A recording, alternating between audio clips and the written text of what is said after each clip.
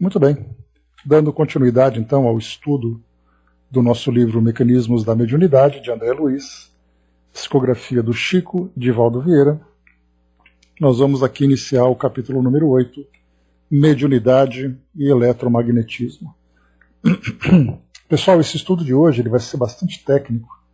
André Luiz ele dá uma puxada aqui nas teorias e conceitos do eletromagnetismo, mas a gente vai tentando facilitar dentro das nossas possibilidades aqui o entendimento, para que ele depois conclua o raciocínio a partir dessas definições, para entendermos o modo como o médium se apresenta diante da influência espiritual que ele recebe, né? Então ele vai trazer para nós todas essas ideias, né? Então vamos aqui, sem muita profundidade, né? Não é o nosso propósito nos prendermos tanto assim nessas definições, até porque também nós não temos, né, conhecimento técnico para isso, mas dentro das possibilidades a gente vai então desenvolvendo aqui esses estudos.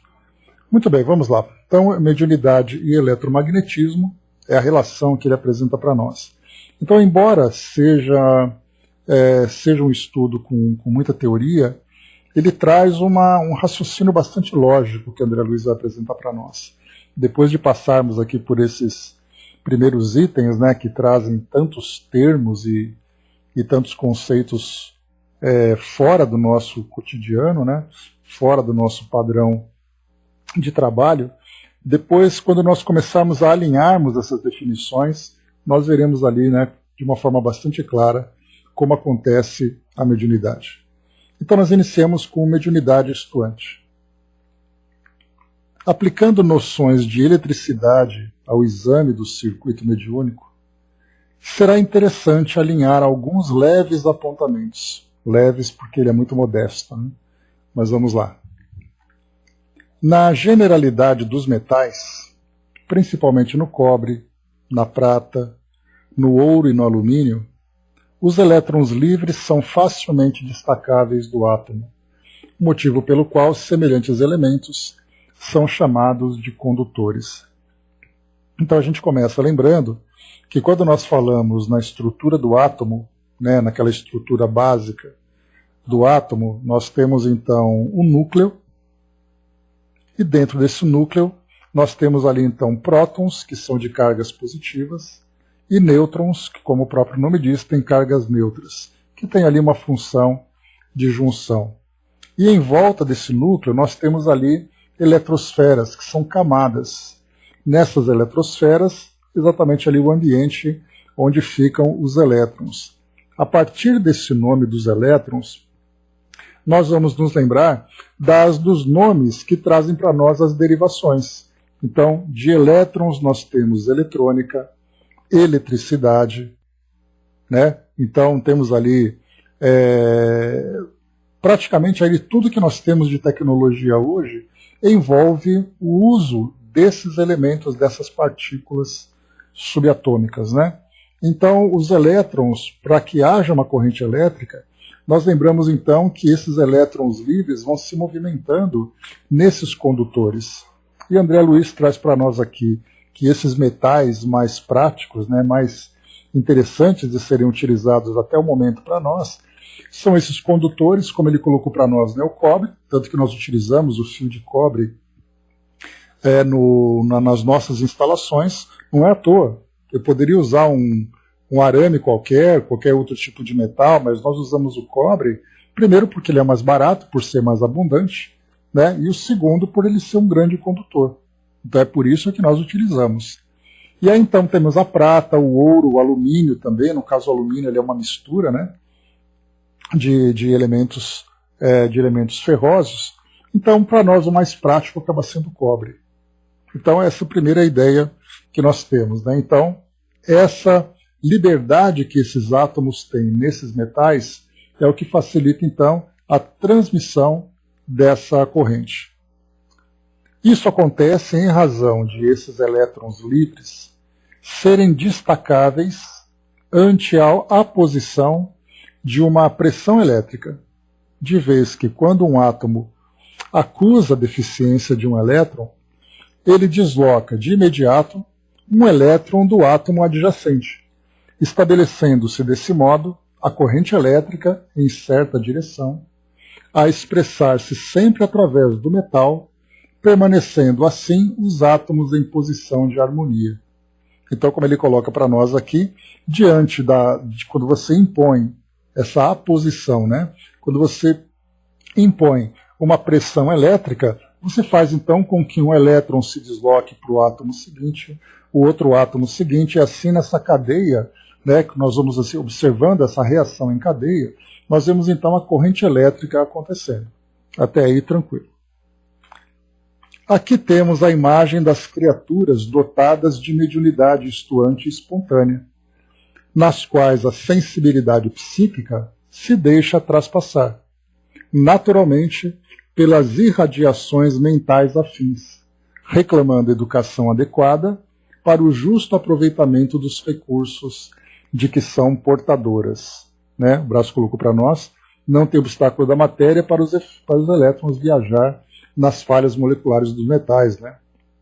Então, o que André Luiz coloca para nós aqui, desses metais que são mais favoráveis, que são chamados de condutores, exatamente por terem essa propriedade, essa facilidade de destacar esses elétrons e, consequentemente, provocar ali, facilitar essa corrente elétrica, ele faz uma comparação desses bons metais para os bons médiums. Bons não no sentido de virtudes, de valores, mas bons no sentido de serem facilmente influenciados.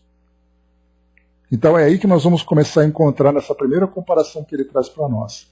Os metais são condutores e médiums também são condutores dessa corrente mental, em vez de ser a corrente elétrica. E aí então depois, né, quando nós entendemos essa predisposição, aí nós temos estudos sendo feitos atualmente, né, a respeito de glândula pineal, a respeito da estrutura orgânica, né, como Kardec coloca para nós lá no livro dos médiuns, que a faculdade mediúnica ela é uma predisposição orgânica. Mas aí nós vamos encontrar ali alguns indivíduos que trazem uma maior facilidade de trazer essa mediunidade com características ostensivas e aqueles que trazem a mediunidade com características bastante tímidas. Né? Lembrando, né, que a Andrea tinha comentado no encontro passado que ela era médium tábua, né? Aí nós recebemos ali, né, que uma boa tábua, bem limpa, bem plana, né, e bem cortada, ela traz para nós grandes construções da caridade, né? Não foi, André? Então, quando nós percebemos também que, nesse caso, mesmo aqueles indivíduos que não trazem, assim como o tijolo também, Brás, aqueles indivíduos que não trazem a faculdade mediúnica ostensiva, nós lembramos que ele também traz uma faculdade mediúnica de receber a inspiração, de receber essas ideias, mesmo que seja de uma forma para ele imperceptível. Mas ele apresenta para nós, por isso que Kardec coloca, todos são mais ou menos médiums. Mas a título de estudos, ele traz para nós ali então os médiuns ostensivos, para que a gente possa observar o efeito da mediunidade, as comunicações, o efeito da influência dos espíritos. Porque aqueles que não sofrem essa influência vão então ali receber de uma forma muito sutil essa influência. Né? Pois é, Brás. Então por isso ele coloca para nós aqui que alguns metais são bons condutores, outros metais não são. Então nem todos estão ali em condições de apresentar essa facilidade. Então essa é a comparação inicial que André Luiz traz para nós. Vamos avançando, né? Então até aqui tudo tranquilo. Para que se faça mais clareza em nosso tema, é imperioso incluir o magnetismo, de modo mais profundo, em nossas observações de limiar. Sempre que nos reportamos ao estudo de campos magnéticos, o ímã é recordado para marco inicial de qualquer anotação. Então, quando nós falamos, vamos estudar eletromagnetismo ou campo elétrico, a primeira coisa que se faz numa escola é pegar o ímã e começar ali a detectar qual é o seu polo positivo, qual é o seu polo negativo, fazer aquela brincadeira de atração e repulsão, o ímã grudado, né, ali, conectado com determinados tipos de metais e tudo mais. Então essa é a ideia inicial que nós trazemos. Depois ele coloca aqui para nós também. Nele, encontramos um elemento com a propriedade de atrair limalhas de ferro ou de aço e que, com liberdade de girar ao redor de um eixo, assume posição definida relativamente ao meridiano geográfico, voltando invariavelmente à mesma extremidade para o polo norte do planeta. Então ele coloca que se nós pegarmos um bastão, que é um ímã, nós teremos então ali a facilidade que ele tem de atrair aquelas limalhas de ferro. Limalha de ferro nada mais é do que, digamos assim, aquele ferro raspado, né? Aquele pó de ferro, né? Então ele acaba atraindo do ferro ou do aço. E esse mesmo bastão, se ele tivesse a liberdade de girar, se nós colocássemos, por exemplo, um apoio no meio dele, né, no seu sentido longitudinal, e colocássemos um apoio e ele tivesse liberdade de girar, ele naturalmente buscaria então o polo norte, ou seja, o polo sul do ímã buscaria o polo norte do planeta, como acontece, por exemplo, com uma bússola, onde nós temos ali, né, uma agulha imantada, e essa agulha naturalmente vai buscar essa direção. Então essa é a propriedade de atrair as limalhas e ao mesmo tempo buscar esse polo do nosso planeta. Estabelecendo algumas ideias com respeito ao assunto, consignaremos que a corrente elétrica é a fonte do magnetismo até agora para nós conhecida na Terra e no plano espiritual. Então, a relação que existe entre corrente elétrica e magnetismo é a única relação que nós conhecemos até hoje, pelo menos a que André Luiz traz para nós aqui, conhecido no nosso planeta e também no plano espiritual. Então o magnetismo não tem outra fonte a não ser essa da corrente elétrica. Se no futuro nós descobrirmos uma nova lei da física, descobrirmos uma tecnologia capaz de gerar o magnetismo sem usar a corrente elétrica, vai ser ali um grande avanço para todos nós. Mas a princípio é o que nós temos para hoje, né, como nós dizemos. Não, o azimuth, nesse caso, é a direção que a bússola toma, né? A bússola é o instrumento para poder detectar esse polo magnético, né? Então, o azimuth é a direção que você vai apontar para essa bússola, né? Então, vamos lá. Nessa mesma condição, entenderemos a corrente mental, também corrente de natureza elétrica, embora menos ponderável na esfera física. Então aqui a gente já começa a entrar agora numa definição que André Luiz traz, mostrando para nós então que a corrente mental também é de natureza elétrica. O que nós conhecemos hoje, por exemplo, do nosso cérebro, em que você usa, né, um eletroencefalograma para poder detectar as correntes elétricas do nosso cérebro, é muito diferente de você dizer que o cérebro funciona com essa eletricidade, diferentemente da qualidade do tipo da força da corrente mental.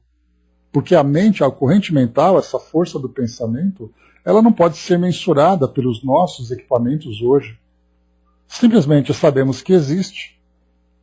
Nós sabemos, por exemplo, através, né, daqueles estudos que foram feitos, como a gente já comentou, principalmente nas décadas de 50, 60, 70, a respeito daqueles paranormais, que eram capazes de utilizar a força do pensamento para, né, ler o pensamento, para fazer ali a telecinesia, que é aquele movimento à distância e tudo mais, né? Então, hoje também falando sobre equipamentos, né, de tecnologia, informática, por exemplo, em que você, com a força do pensamento, você é capaz de movimentar o mouse, não com o movimento dos olhos, como atualmente existe, mas com a força do pensamento. Então, essa é uma ideia, né, que existe ali um desejo muito grande, né, da nossa ciência, dos nossos cientistas, de tentar domar essa força mental.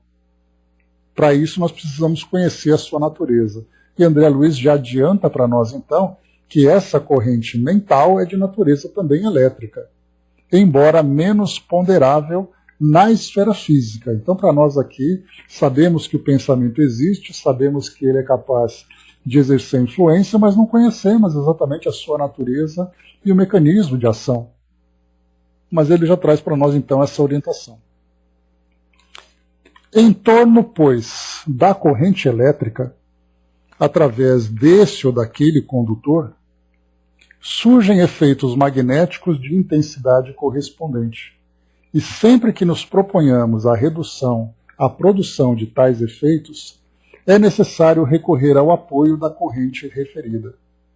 Então, quando ele coloca que a corrente elétrica através desse ou daquele condutor, esse desse ou daquele, ele faz referência tanto no que diz respeito ao médium como no que diz respeito ao metal. Então ele simplesmente aqui ele vai dizer para nós que a corrente elétrica se encontra presente nesses dois efeitos magnéticos, que vai ter então intensidade correspondente sempre que nos proponhamos então a produção desses efeitos.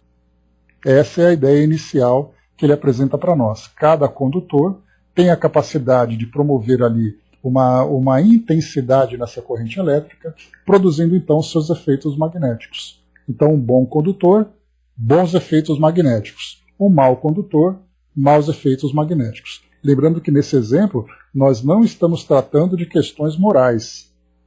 Quando a gente fala um mau médium, no sentido técnico, é aquele médium que apresenta dificuldades para poder absorver o pensamento, para assimilar o pensamento que é transmitido. Não o que ele faz com esses pensamentos ou o que ele faz com essa faculdade.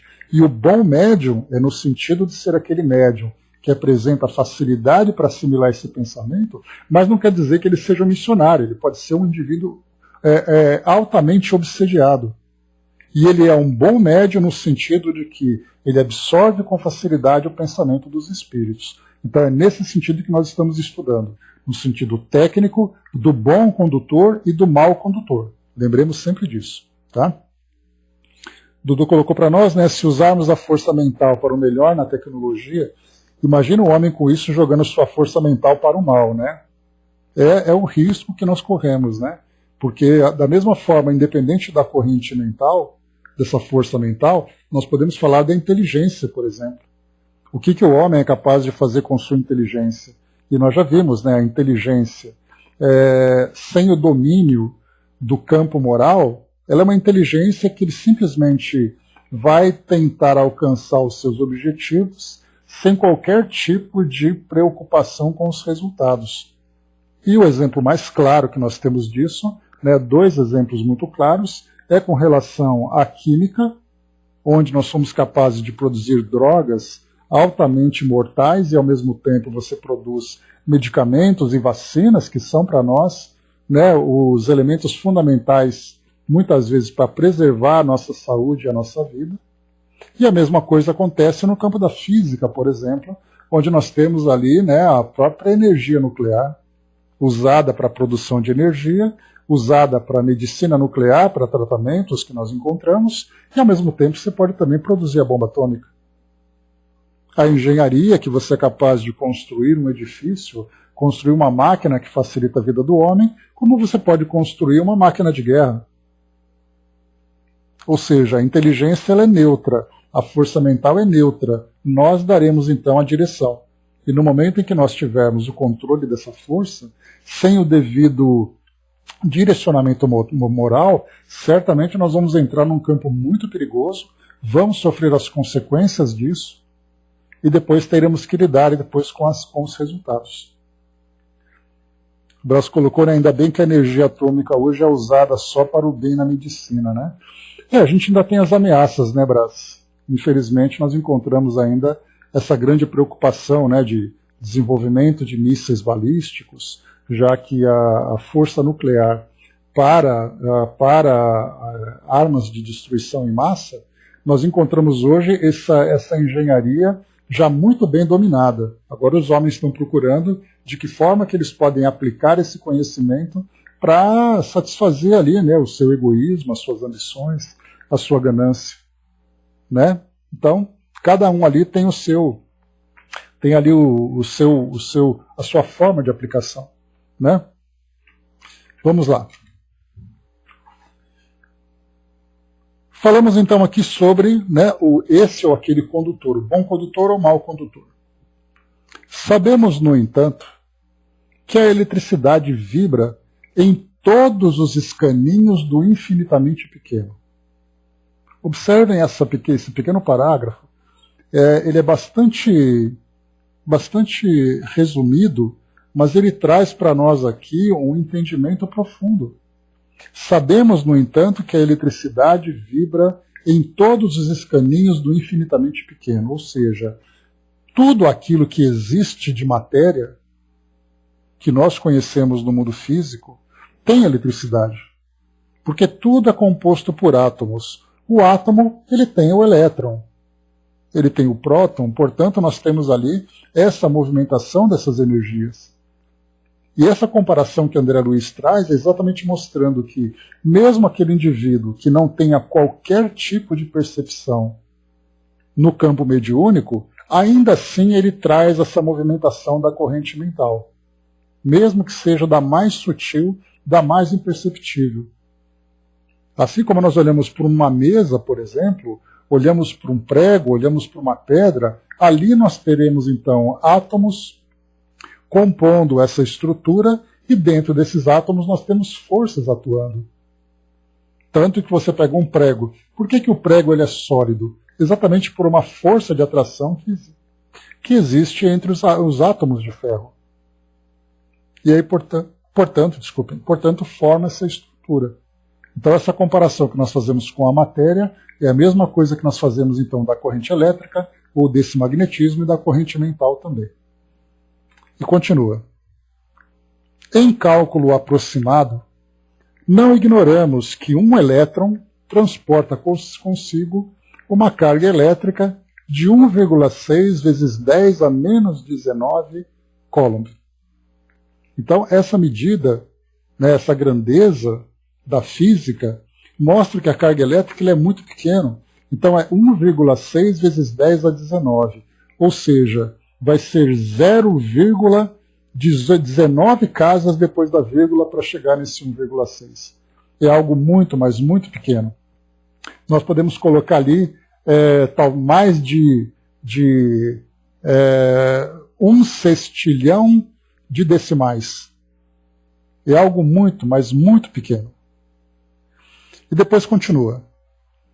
Além do movimento de translação ou de saltos em derredor do núcleo, os elétrons caracterizam-se igualmente por determinado movimento de rotação sobre o seu próprio eixo, se podemos referir-nos desse modo às partículas que os exprimem, produzindo os efeitos conhecidos como spins.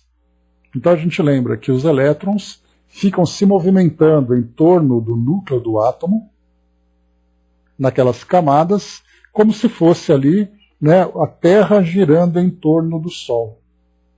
Mas, ao mesmo tempo, lá para 1910, 1920, foi percebido, então, que esse elétron, além de ele fazer esse movimento em torno do núcleo, ele também faz um giro em torno do seu próprio eixo. Ou seja, muito parecido com aquilo que nós temos aqui no nosso sistema solar. A Terra girando em torno do Sol, fazendo o movimento de translação, e a Terra girando em torno do seu próprio eixo, fazendo o movimento de rotação. Essa translação traz para nós as variações das estações do ano, e o movimento de rotação traz para nós a variação do dia e da noite. Então foi percebido que os elétrons também agem dessa forma. Nós vamos entender por que André Luiz apresenta para nós. E esse movimento, que pode ser chamado de rotação, mas é ali algo parecido, ele chama de spin. Ele vai falar sobre isso agora. Spins e domínios. Geralmente, nas camadas do sistema atômico, os chamados spins, ou diminutos vórtices magnéticos, revelando natureza positiva ou negativa, se compensam uns aos outros, mas não em determinados elementos, como seja o átomo de ferro, no qual existem 4 spins ou efeitos magnéticos desajustados nas camadas periféricas, provocando as avançadas peculiaridades magnéticas que se exteriorizam dele, porquanto, reunido a outros átomos da mesma substância, faz com que se conjuguem, ocasionando a formação espontânea de ímãs microscópicos ou, mais propriamente, domínios. Então vamos lá. Conseguiu entender, André? Que bom.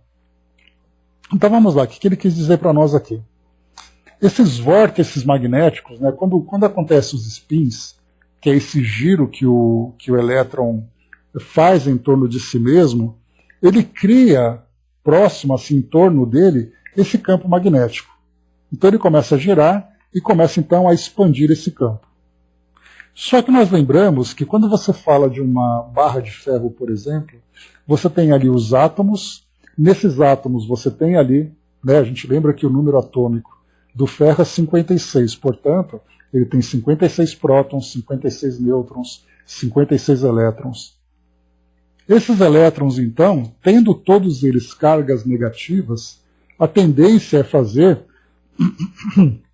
com que eles se repelam uns pelos outros, ou seja, eles se afastem uns dos outros. Só que com esse movimento de spins, quando eles giram na mesma direção, a tendência é fazer com que eles se afastem. Quando eles giram um do lado do outro, um gira no sentido horário e o outro gira no sentido anti-horário, a tendência é fazer com que eles se aproximem. Por isso, então, nós formamos, né, essa estrutura de elétrons nesse átomo. O que André Luiz coloca para nós aqui é que ele revela, então, dentro desses vórtices magnéticos, como se fossem, o vórtice é como se fosse um furacão. Então, no meio você tem o elétron girando e em volta dele você tem esse furacão, esse furacão magnético, que pode ser negativo ou pode ser positivo de acordo com o sentido em que ele gira. Então ele coloca que no caso aqui, ele diz assim, que a tendência é fazer com que eles se compensem, para poder manter a estabilidade daquele átomo. Mas tem alguns elementos químicos, como é o caso do ferro, em que isso não acontece. Em que existem ali 4 spins que ele coloca, ou efeitos magnéticos desajustados. O que significa isso? Esse desajuste, tanto do ferro, como do cobre, como da prata, como do ouro que nós vimos lá acima, como do alumínio também, esses átomos, esses spins, eles são desajustados. Então, na verdade, enquanto todos os elementos procuram se compensar para manter a harmonia, esses metais não conseguem fazer isso. E então, o que por um lado parece ser uma deficiência desses metais, é exatamente essa deficiência que favorece a formação da corrente elétrica. Porque se você pega, por exemplo, um pedaço de... Deixa eu pegar aqui um material. Você pega um pedaço de madeira. A madeira não é uma condutora elétrica. E se nós formos olhar a estrutura atômica da madeira, nós perceberemos que tudo está muito bem harmonizado lá dentro. Tudo está bem compensado. Então ninguém tem nada para ganhar, ninguém tem nada para perder, tudo funcionando de uma forma harmônica. Agora, quando você pega o ferro, ele está desarmonizado. E é essa desarmonia que faz com que você, colocando ali uma força elétrica, você faz com que os elétrons se movimentem. Observem o que André Luiz está colocando de comparação. O ferro, por ter essas características, essas peculiaridades desarmonizadas, isso facilita a movimentação dos elétrons. Se nós pegarmos as características dos médiums, aquele indivíduo que está bem harmonizado com o meio físico onde ele se encontra, ele tem mais dificuldade de assimilar uma força de fora, um pensamento exterior. Se ele então traz essas características desajustadas da mesma forma que acontece com o ferro, ele tem essa facilidade de assimilar. Por isso, então, nós vemos que quanto melhores são os médiums, no sentido técnico, significa que mais desarmonizadas são essas forças dentro dele. Então nós veremos aqui, quando ele chama para nós, que esses spins formam pequenos ímãs. Ele coloca aqui para nós, ímãs microscópicos. Portanto, ele tem uma força positiva e ele tem uma força negativa. E quando, então, eles estão juntos, eles formam esses domínios. Só que nesses domínios Em vez de nós encontrarmos todos os ímãs apontando, por exemplo, todos para o norte, para poder ficar alinhados, no caso do ferro, dentro desses domínios, cada ímã aponta para um lado. É aquela desorganização geral. Um aponta para a esquerda, outro aponta para cima, outro aponta para a direita, e essa desorganização dentro dessa estrutura do ferro faz com que, no momento em que você apresente uma corrente elétrica, todos eles rapidamente apontam na mesma direção. Quando você tira essa corrente elétrica, eles voltam a ficar desorganizados. Sendo que num outro material qualquer, esses pequenos ímãs, todos eles já ficam alinhados por natureza. Então é essa desorganização dentro desses domínios que favorece então a formação da corrente elétrica. Vamos aqui mais um pouquinho que André Luiz vai aprofundar para nós. Não entendi, né? Se o médium tem que estar harmonizado para ter uma comunicação, como estando desarmonizado, como o ferro é melhor desarmonizado? Não, nesse caso não é isso que eu quis dizer, Andréia. A desarmonia, como eu falei para vocês, não é uma questão moral. Tá? Não estou falando disso, que ele tem que estar bem moralizado, bem concentrado e tudo mais. A gente fala, fazendo uma comparação com o ferro, dessas pequenas estruturas que são os spins dentro dos domínios. Dentro dele, essas estruturas são desorganizadas. Elas apontam para a direção diferente. E isso, então, favorece a assimilação dessa corrente elétrica. O médium, nesse caso, ele tem na sua estrutura também esses pequenos eletroímãs que são desorganizados na posição em que eles se encontram. Essa desorganização dessas estruturas é o que facilita eles receberem, então, essas correntes mentais que chegam até eles. Tá? Não é uma questão de desarmonização moral, não é disso que a gente está falando. Tá? Fique bem claro assim, a gente vai conversar um pouquinho mais sobre isso. Então, esses spins formam esses pacotes, essas estruturas que são chamadas de domínios. Nesses domínios, esses spins podem apontar todos na mesma direção, quando essa estrutura apresenta essa organização. Ou eles podem apontar cada um para uma direção diferente, quando existe essa desorganização interna, íntima da estrutura. Tá? Então, é nesse sentido que o médium, também quando existe essa desorganização dessa estrutura, é o que facilita, mais uma vez, então, a assimilação das correntes mentais. Tá? Então vamos lá que a gente vai conseguir alcançar mais um pouquinho aí. Então diz assim para nós. Esses domínios se apresentam de maneira irregular. Olha só então, é essa irregularidade. Né? Ele diz assim, ó, esses domínios se apresentam de maneira irregular ou desordenada, guardando, contudo, tendência de se alinharem, como, por exemplo, no átomo do ferro a que nos reportamos.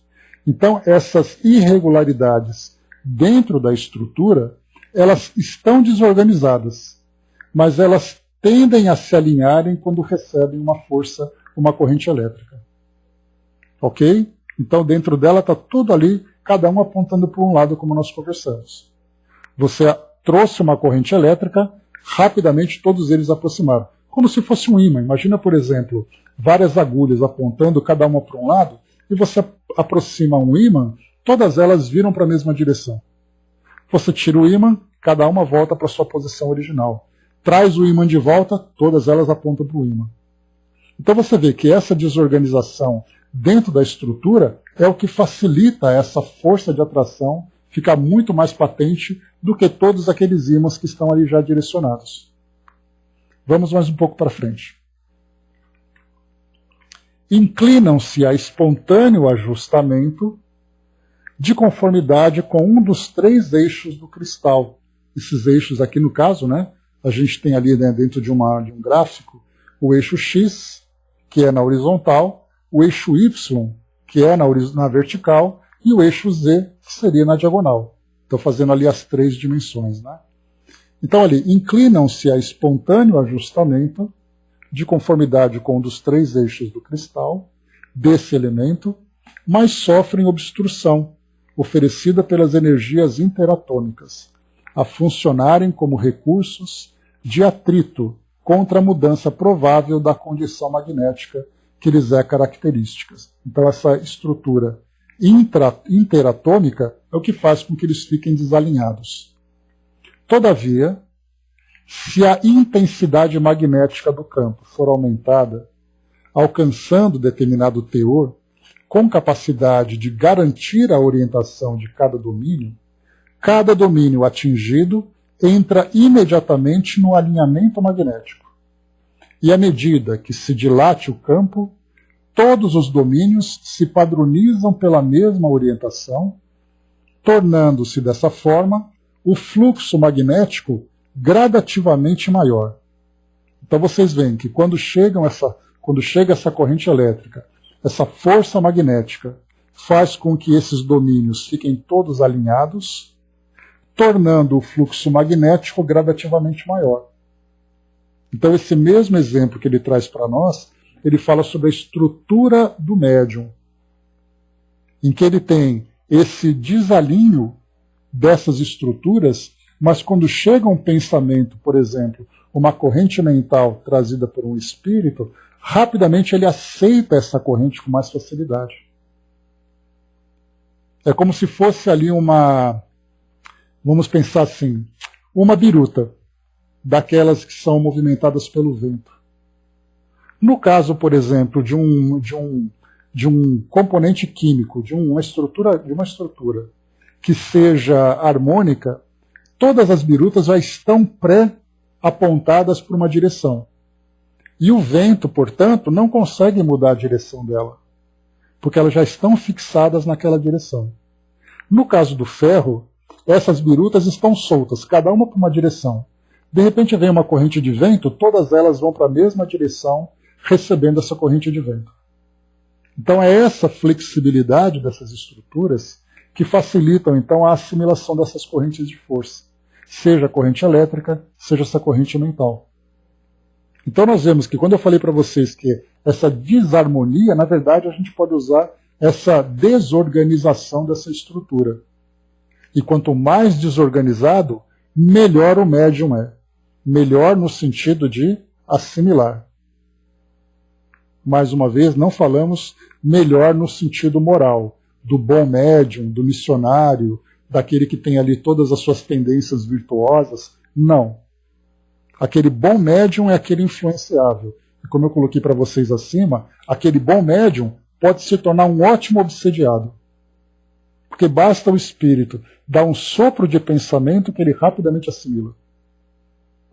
Como pode ser um missionário que apenas um sopro vindo do plano superior, rapidamente ele assimila. Pegar, por exemplo, Chico e Divaldo, que são dois grandes médiums que nós conhecemos, são ótimos médiums no sentido de receberem a influência. Somado com o conteúdo moral, fizeram deles grandes missionários. Agora nós vamos encontrar, como eu falei para vocês, pessoas que passam verdadeiro tormento em suas vidas por causa das influências espirituais, por serem bons médiums, por assimilarem essas forças com facilidade. Então, quanto mais resistência o médium apresenta para assimilar essas forças, significa que mais alinhadas estão essas suas estruturas internas.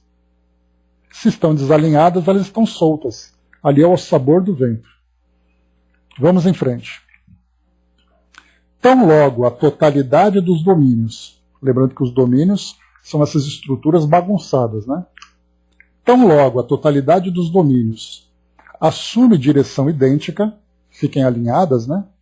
Afirma-se que o corpo ou material está saturado, ou mais exatamente, que eles já se encontram ocupadas todas as valências dos sistemas atômicos de que esse corpo ou material compõe.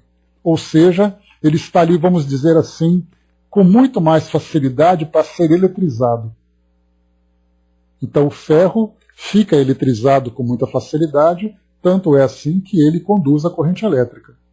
Aqueles médiums que trazem esses domínios desorganizados ficam rapidamente mediunizados exatamente pela facilidade que eles apresentam.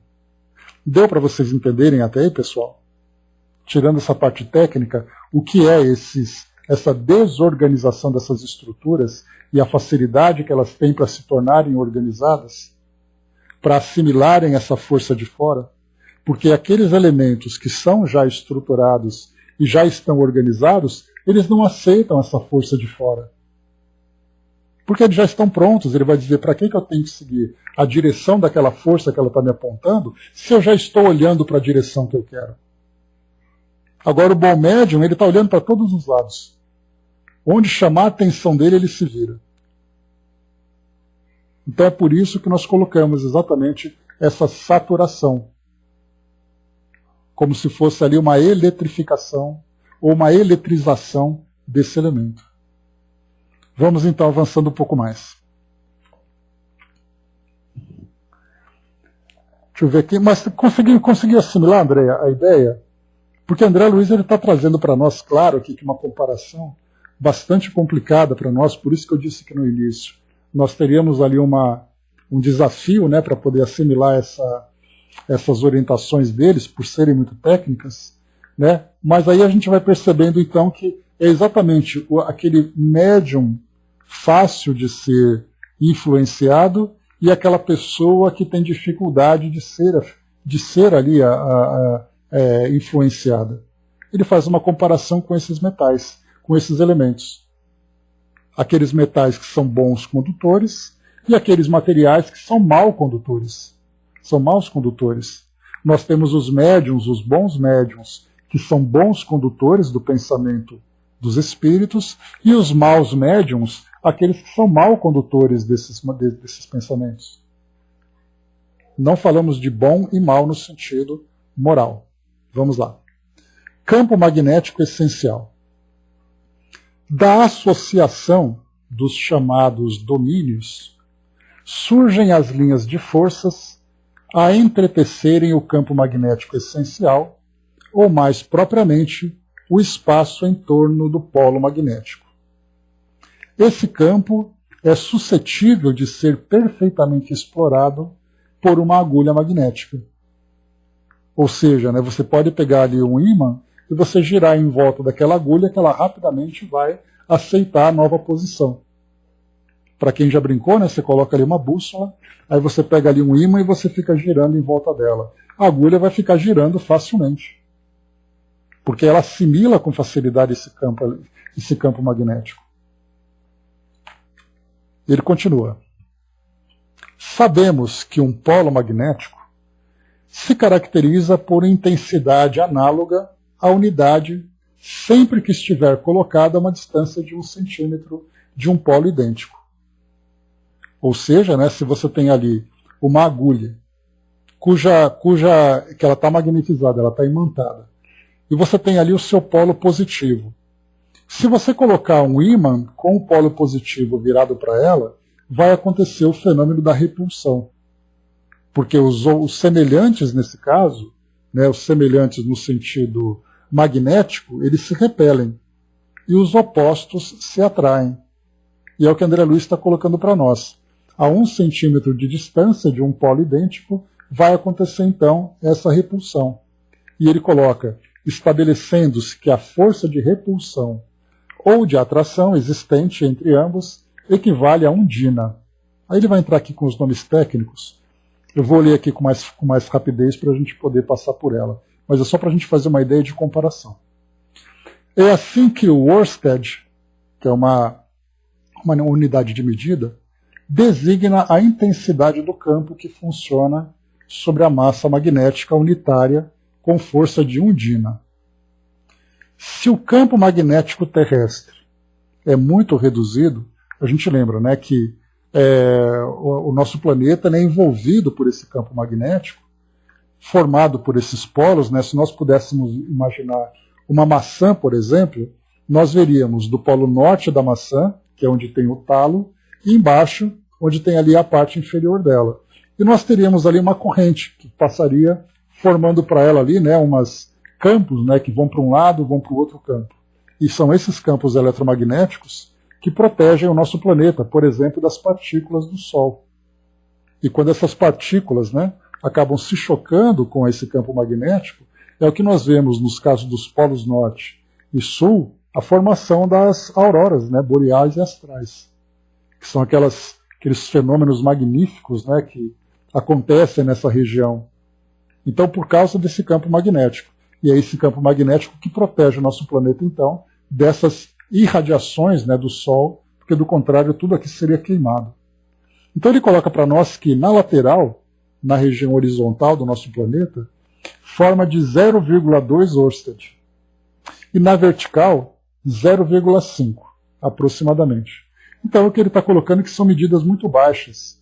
Embora uma agulha, por exemplo, seja direcionada para o Polo Norte, quando ela é magnetizada, essa força é muito pequena, a gente nem percebe, nem sente a intensidade dela. Agora André Luiz coloca, só para a gente poder entender.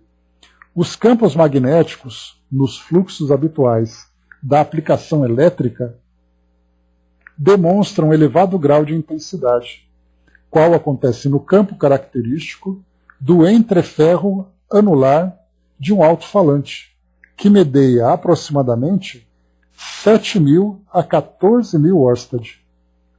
Então, se o nosso planeta gera um campo magnético de 0,5 no seu sentido vertical, um simples alto-falante de 0,5 natural vai para 14.000, só para a gente ver a força desse campo.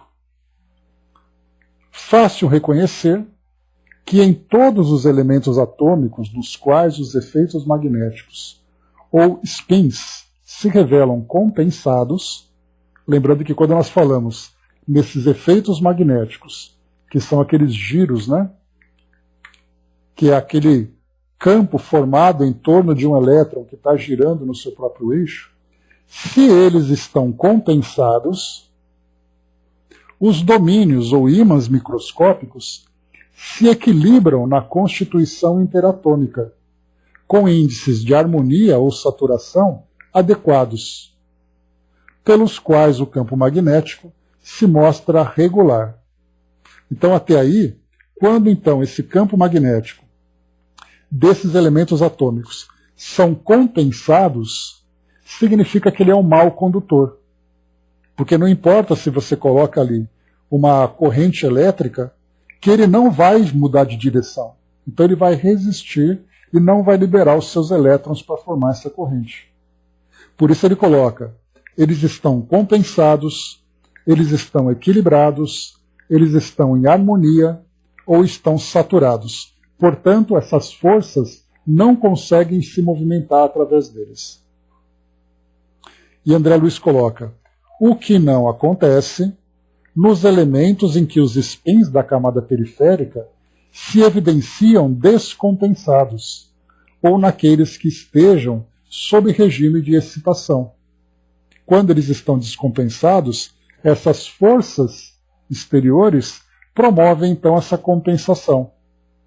Aqui a gente já começa a entrar então na comparação com os médiums.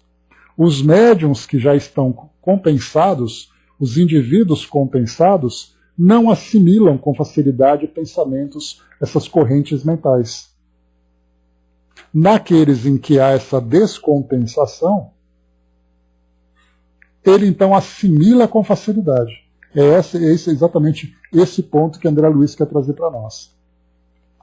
E ele diz assim ainda, possuímos na Terra as chamadas substâncias magnéticas naturais, e ainda aquelas que podem adquirir semelhantes qualidades artificialmente, como sejam mais destacadamente o ferro, o aço, o cobalto, o níquel e as ligas que lhes dizem respeito, merecendo especial menção o ferro doce, que mantém a imanização apenas no curso de tempo em que se acha submetido à ação magnetizante, e o aço temperado, que se demora imanizado por mais tempo, depois de cessada a ação referida, em vista de reter a imanização remanente.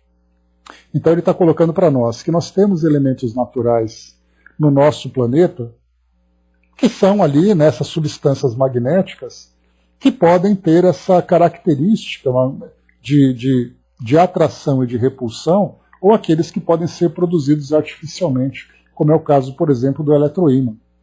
Mas ele traz para nós aqui alguns elementos, como é o caso do ferro, aço, cobalto, níquel e outras ligas que são ali derivadas da composição entre eles, coloca então que esses elementos são magnetizados com mais facilidade. O ferrite, por exemplo, né, que é um desdobramento do ferro, mas eles são magnetizados por um tempo, eles têm características magnéticas e depois desaparecem. Quando você afasta, por exemplo, um ímã. Então mostra que os seus domínios estão desordenados, você coloca ali um ímã próximo, esses domínios ficam organizados, transmitindo essa força magnética, sendo capaz de atrair outros elementos, outros metais. Você tira um ímã, ele volta depois a soltar, a perder essa carga magnética. No caso do aço que ele coloca para nós, demora um pouco mais de tempo, guardando essa propriedade, mesmo depois de você ter afastado esse ímã. Depois ele fala aqui para nós, olha, o ferromagnetismo e a mediunidade. O ferromagnetismo, a gente vai falar do ferromagnetismo, porque André Luiz destacou que o ferro é aquele metal que mais favorece a ação do magnetismo. Então ele diz assim, após ligeiros apontamentos sobre os circuitos elétricos e efeitos magnéticos, surpreendemos no ferromagnetismo um ponto expressivo para o estudo da mediunidade. Perceberemos nas mentes ajustadas aos imperativos da experiência humana, mesmo naquelas de sensibilidade mediúnica normal, criaturas em que os spins ou efeitos magnéticos da atividade espiritual se evidenciam necessariamente harmonizados, presidindo a formação dos domínios ou ímãs diminutos no mundo íntimo em processo de integração, através do qual o campo magnético se mostra entrosado às emoções comuns. Então, nessa primeira parte, André Luiz já começa a fazer, então, essa comparação entre esse ferromagnetismo e o médium. Para aqueles casos em que o indivíduo, ele coloca assim de uma forma bem interessante, as mentes ajustadas aos imperativos da experiência humana. Significa que somos nós, de um modo geral, indivíduos que nós estamos muito mais integrados com a realidade do nosso mundo físico do que temos uma sensibilidade de perceber o mundo espiritual. Então, enquanto nós poderíamos dizer que o médium ele vive em duas esferas ao mesmo tempo, a esfera física, onde os seus sentidos naturais percebem e permitem que ele interaja com esse ambiente, ele também tem uma sensibilidade de uma outra esfera, capaz de perceber o mundo espiritual das mais variadas formas e das mais variadas intensidades. Então, esse é o médium. O indivíduo normal, ele está muito mais voltado para os seus sentidos naturais. É a visão, a audição, o tato, paladar, olfato. Então, os seus domínios estão harmonizados com a sua realidade como indivíduo encarnado. No caso do médium, ele tem os seus sentidos naturais e também esse sexto sentido, como se diz popularmente, que é essa capacidade de perceber o mundo espiritual. Então ele vive em duas esferas ao mesmo tempo. Para muitos, essa convivência dupla, ou essa vivência dupla nessas duas esferas, pode se tornar um transtorno. Porque ele vive a sua realidade material e, ao mesmo tempo, sofre a interferência do mundo espiritual. Pode ser para ele um grande tormento, como pode ser para ele um grande benefício, desde que ele saiba conviver de uma forma positiva com essa influência exterior. Então, o primeiro ponto que ele trouxe para nós aqui, fazendo uma comparação com esse ferromagnetismo, com essa facilidade de ser um condutor da corrente elétrica, nós temos então aqueles que não são bons condutores. Nós sabemos, por exemplo, por que o fio elétrico Por dentro ele tem o cobre e por fora ele tem aquela camada plástica. Exatamente porque o plástico não é condutor, ele não é um mau condutor.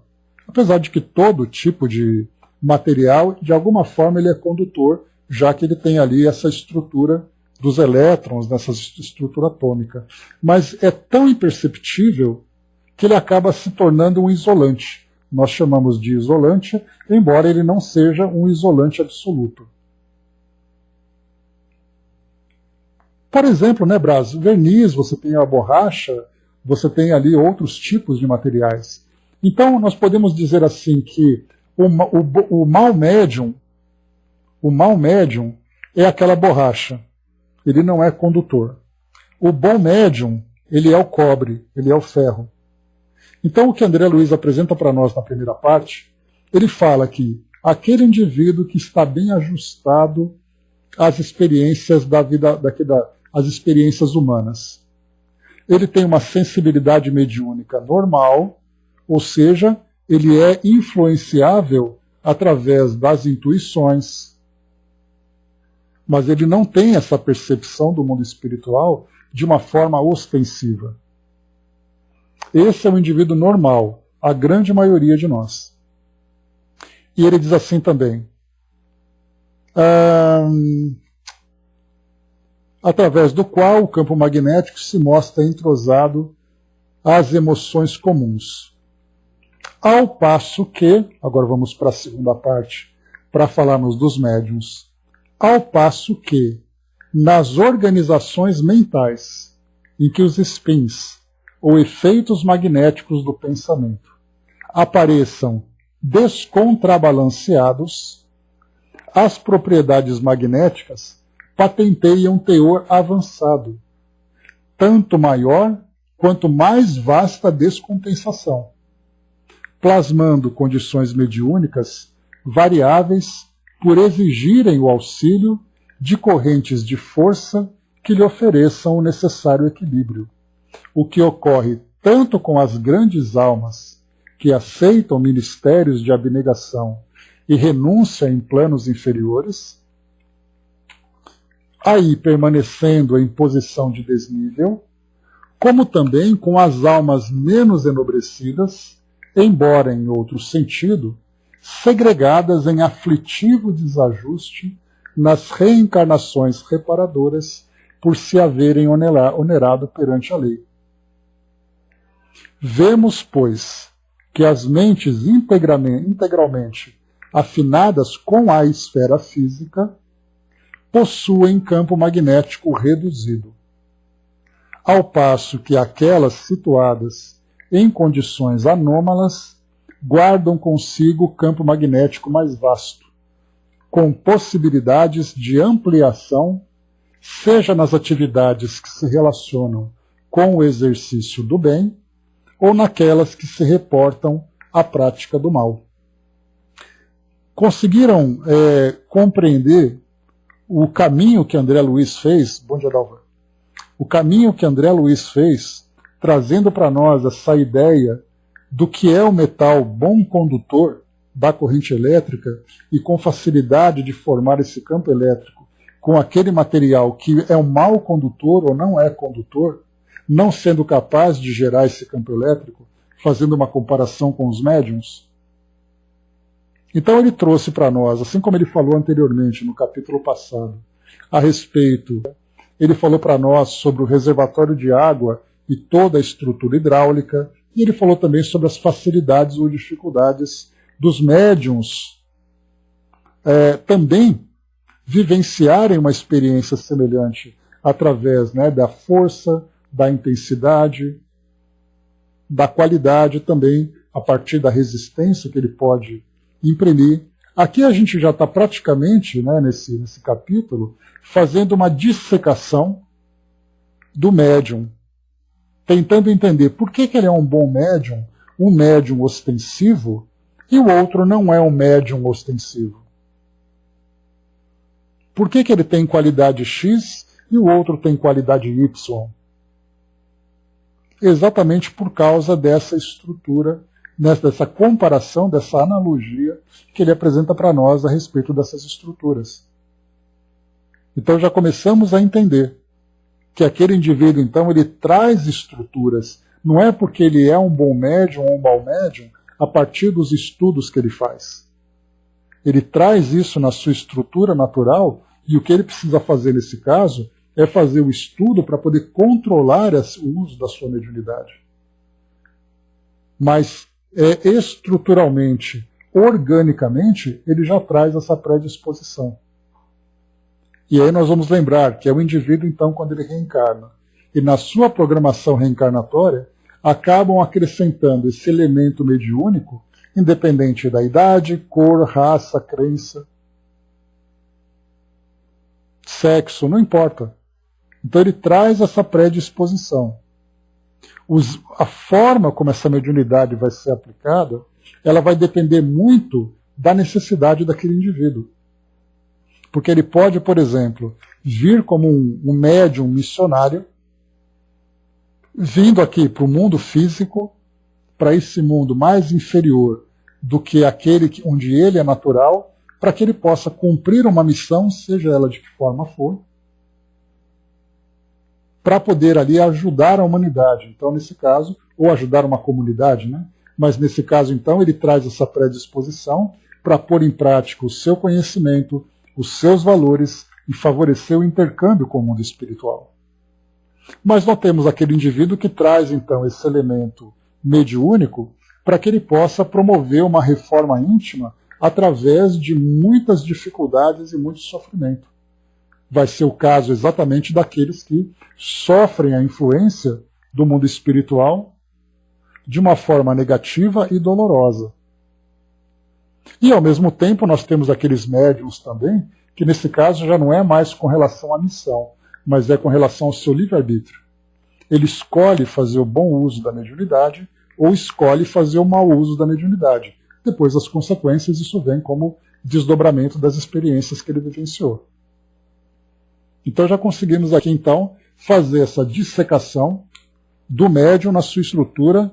Né? Por exemplo, né? É aquele médium, Dudu, que a gente pode colocar, que ele utiliza a faculdade mediúnica para benefícios próprios. Ou mesmo que ele dê vazão às influências que chegam até ele, para que ele se envolva nos vícios, para que ele se envolva nos desvios morais da sua sociedade. JD que trouxe, obrigado então, JD. Então, que trouxe para nós ali, né, ele faz escolhas equivocadas. E aí, naturalmente, ele vai ter, então, essa... Não é JD? Então quem é, Dudu? Coloca aí para mim. Então ele vai se colocar à disposição do mundo espiritual com o qual ele tem afinidade moral. Então depois ele diz para nós aqui, então, vamos lá.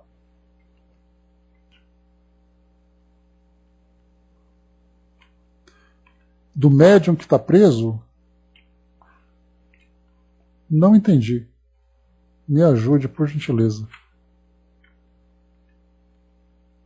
Ah, tá, lá de Goiás, tá, entendi. Por exemplo, né, no caso, fazer o mau uso da mediunidade, né, que a gente viu, né, o João de Deus, né, que fez o mau uso da mediunidade nesse caso para benefícios pessoais, dando vazão às suas tendências inferiores, né. Então a gente tem esse médium, por exemplo, que usa a mediunidade propriamente dita de uma forma equivocada. Nós temos aqueles, né, que são influenciados e se deixam levar por essas indicações, por esse direcionamento do plano espiritual inferior para a sua conduta no dia a dia. Ou seja, temos ali exemplos dos mais variados, né, dos mais diversos. E isso mostra exatamente essa relação que André Luiz coloca para nós. Né?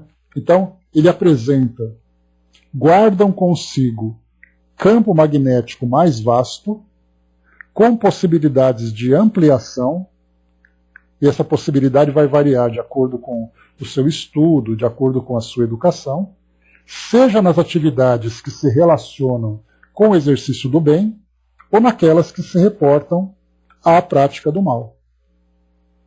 Então aí já deu para a gente poder perceber como a mediunidade, então, ela acaba sendo aplicada. O Braz lembrou aqui de outro médium também de Palmelo, né? E para finalizarmos o último item aqui, então. descompensação vibratória. Sem obstáculo, reconhecemos que a mediunidade ou capacidade de sintonia, olha só que interessante aqui, André Luiz usou essa expressão, e ela facilita bastante para nós o nosso entendimento. A mediunidade pode ser dita também como capacidade de sintonia. E essa capacidade pode ser uma grande capacidade de assimilar, de entrar em sintonia de uma forma mais clara, de uma forma mais limpa. São aquelas antenas de recepção, né? Antigamente nós tínhamos em nossas casas, né, as antenas que ficavam nos telhados. Então, uma casa bem alta, num campo limpo, uma antena bem direcionada, captava o sinal de televisão com facilidade. Em compensação, a gente tinha aquele outro grupo que colocava bombril, lembra? Colocava bombril na ponta da antena para ver se pegava melhor. E é ali que nós vamos ver, então, essa capacidade de sintonia do médium. Então, isso tudo está em todas as criaturas. Porque todas as criaturas são dotadas de campo magnético particular. Campo esse, porém, que é sempre mais pronunciado naquelas que estejam temporariamente em regime de descompensação vibratória. Essa expressão descompensação vibratória diz respeito àquela desorganização daqueles domínios, seja de teor purgativo ou de elevada situação, a transparecer no trabalho expiatório da alma que se rendeu à delinquência ou na ação missionária dos espíritos de eleição que se entregam à bem-aventurança do sacrifício por amor em estágios curtos ou longos na reencarnação terrestre, com o objetivo de trazerem das esferas superiores mais alta contribuição de progresso ao pensamento da humanidade. Então, nessa descompensação vibratória, é esse favorecimento, é essa condição que favorece a assimilação desses pensamentos. Dudu traz para nós aqui também, né, a impressão que vejo, como o que você fala, é que os espíritos seriam o ímã e recolhem a forma organizada na minha antena de apatitas numa organização, como o exemplo das agulhas, trazendo melhor assimilação com o médium. Podemos dizer que sim, Dudu. Não podemos comprovar a respeito do uso desse cristal de apatita, como ele sendo um bom condutor, pelo menos eu não conheço nada da nossa ciência que fale disso, mas sendo a apatita um elemento estudado como sendo esse conector para assimilar esse pensamento ou essas ideias, né, que chegam do plano espiritual, podemos dizer então que, tanto que é assim, que eu me lembro que o Dr. Sérgio Felipe, ele dizia assim, né, que nos estudos que foram feitos a respeito do estudo anatômico, né, do estudo anatômico da apatia, da glândula pineal, ele colocava que os médiuns ostensivos, principalmente os médiuns psicofônicos, apresentam uma quantidade maior de apatita. Mas isso aí foi uma teoria apresentada. Eu me lembro que eu participei de uma palestra dele, que ele foi até o IML e ele conseguiu recolher das autópsias que eram feitas ali, né, das doações que eram feitas, muitas glândulas pineais. Ele fez ali estudos anatômicos dessa estrutura. E ele percebeu uma maior ou uma menor quantidade. Então o que nós vamos perceber é que essa ideia que você apresentou, essa ideia que você colocou ali agora a respeito dessa facilidade dos espíritos de imantarem essa antena de apatita e facilitar essa assimilação, tem sentido, a partir desse raciocínio que André Luiz apresentou para nós. Então é bem interessante a gente ver, né, como é o funcionamento. Aqui literalmente a gente viu esse mecanismo da mediunidade entrando em ação, mostrando esse elemento que favorece ou dificulta a assimilação do pensamento dos espíritos nesse intercâmbio mediúnico. Então aquele que assimila com mais facilidade tem essa desorganização que ela se torna organizada quando ela é impulsionada por essa força. Né? Tudo bem, pessoal? Como eu falei para vocês, hoje seria um estudo um pouco mais denso, pelo fato de André Luiz apresentar para nós aqui conceitos muito técnicos, né? Mas ele tinha um propósito. Ele trouxe exatamente esses conceitos para fazer uma comparação entre aquele médium e entre aquele bom médium e aquele mau médium. Mais uma vez, bom médium e mau médium no sentido de sintonia. Né? Então, quanto mais fácil essa sintonia, melhor médium ele é. Quanto mais difícil a sintonia, pior médium ele é. Agora, o livre-arbítrio e o direcionamento que ele vai dar dessa capacidade, aí então nós vamos encontrar o bom médium e o mau médium no sentido moral. Então temos que fazer a diferença entre um e outro. Assim como a gente estudando, né, essas forças da natureza, nós temos a força positiva e temos a força negativa. Nós não estamos falando que o negativo é ruim, que o positivo é bom. São simplesmente duas forças diferentes. Pouca apatita, pouca intermediação com o plano, né? Mas o sinal existe. Porque a gente lembra, né, que a partir desse princípio que André Luiz colocou, e até mesmo estudando essas questões da eletricidade, não existe nenhum material que seja capaz de ser isolante absoluto. Porque até mesmo o plástico, né, como eu comentei com vocês, ele é formado por átomos. O átomo tem elétrons, portanto, ele tem ali eletricidade. Mas essa eletricidade, pelo fato desses domínios estarem tão bem organizados, que ele não é capaz de transmitir corrente. Pelo menos não uma corrente perceptível para nós.